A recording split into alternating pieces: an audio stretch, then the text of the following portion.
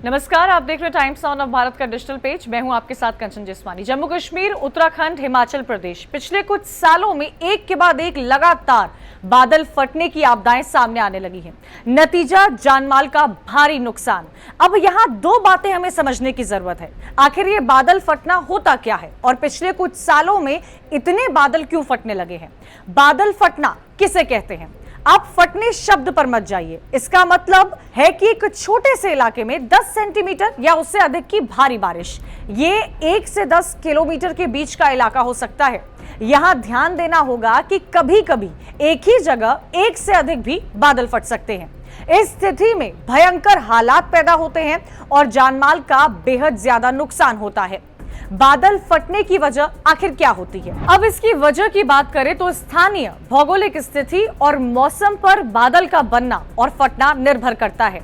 ये वहां होता है जहां ज्यादा नमी वाले बादल एक जगह पर रुक जाते हैं, वहां मौजूद पानी की बूंदें आपस में मिल जाती हैं। इससे बादल का भार बढ़ जाता है तो भारी बारिश भी हो जाती है।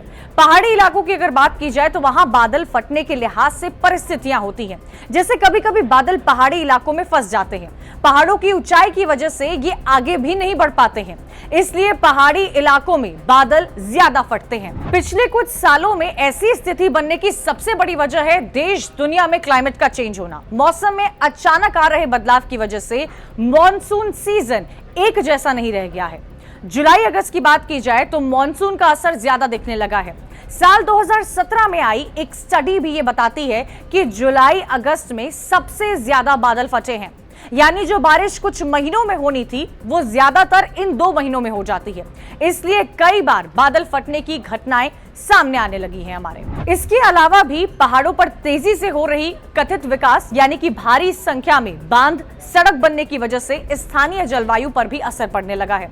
जैसे बड़े बांध बनाने में काफी ज्यादा पानी एक जगह इकट्ठा हो जाता है, जिससे बादल बनने की प्रक्रिया में तेजी आ जाती है। जब यही बादल मॉनसून में पानी संभाल नहीं पाते तो ये फट जाते हैं। कुल मिलाकर प्रकृति के साथ साथ मानव निर्मित वजह से भी इस भयंकर आपदा का हमें बार बार सामना करना पड़ रहा है। ऐसी ही खबरों के लिए आप देखते रहिए टाइम्स ऑफ भारत के डिजिटल प्लेटफॉर्म्स।